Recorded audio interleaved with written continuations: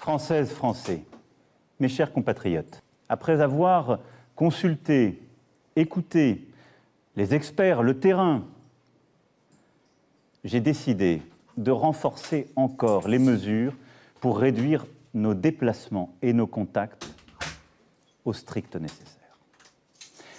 Dès demain, midi, nos déplacements seront très fortement réduits.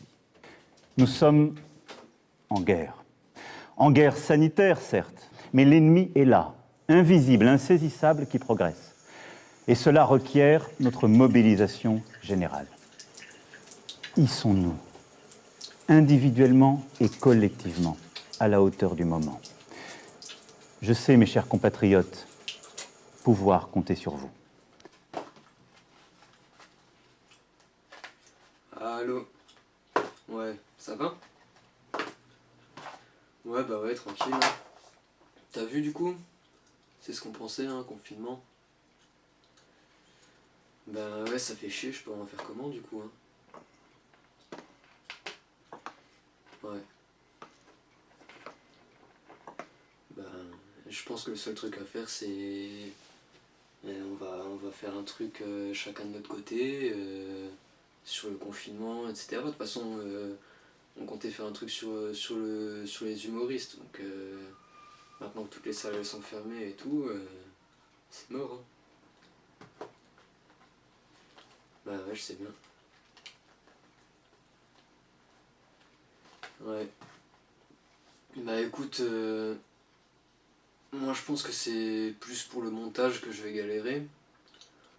Ok, ça marche. Allez, ciao gros, ciao.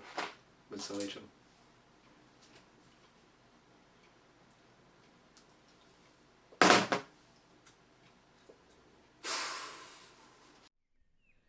Moi, c'est Valentin. Je suis confiné ici à la Seine-sur-Mer dans un petit 13 mètres carrés. Je suis originaire du Grand Est, qui est la région la plus touchée par le coronavirus. J'ai déménagé ici il y a 6 mois pour mes études, à 800 km de ma famille, notamment de mon père. J'ai été atteint par le coronavirus durant la deuxième quinzaine de mars. Les symptômes étaient les mêmes que pour une grippe. Maux de tête, fièvre, courbatures, étourdissement. J'ai pu être testé par la méthode PCR parce que je suis employé dans un hôpital. Le test s'est bien sûr révélé positif et j'ai certainement été contaminé sur mon lieu de travail. Personnellement, le confinement ne me pèse pas plus que ça. Je suis de nature assez solitaire, donc c'est supportable. Je reste quand même en contact avec mes amis. Poids de mesure, tu vois. Je pense, d'après moi, soit les gens, ils vont vraiment se rendre compte qu'il faut être solidaire parce que quand il y a une merde comme ça qui se passe, on est vraiment tous dans la même merde, tu vois, et que vraiment ils auront pris conscience de ça. Soit au contraire, ça va vraiment creuser les différences entre guillemets entre les gens et chacun va encore plus penser qu'à sa gueule et se dire, et va plutôt voir l'autre comme un ennemi, comme une, je sais pas, tu vois, comme un truc néfaste. Bah comme une menace en fait. Avec ma famille. Moi je pense que dans le Grand Est, il vous faudra encore une attestation pour sortir, hein. Je pense qu'elle sera moins stricte, mais... Je pense, hein.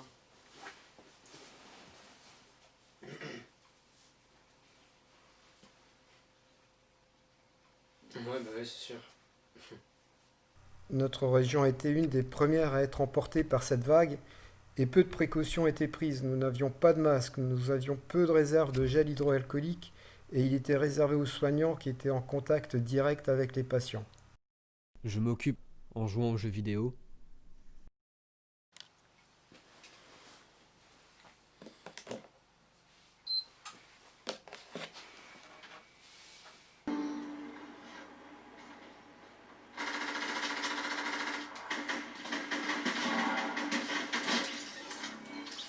En regardant des films, des séries.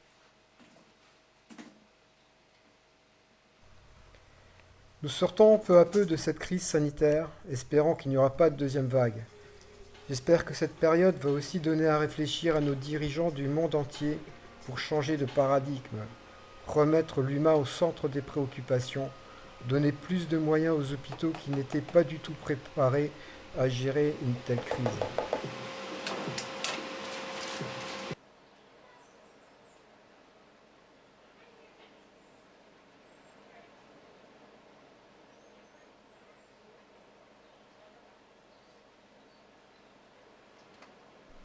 C'est le caractère un peu anxiogène de la situation qui me dépasse.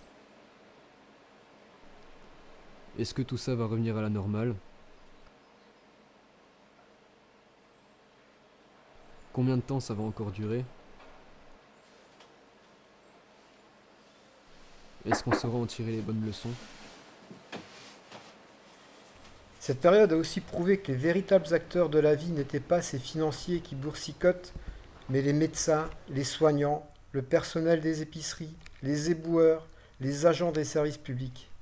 Un grand merci à tous ces gens pour leur dévouement.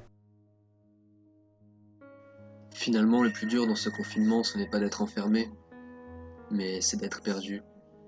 Dans sa tête, comme dans le temps.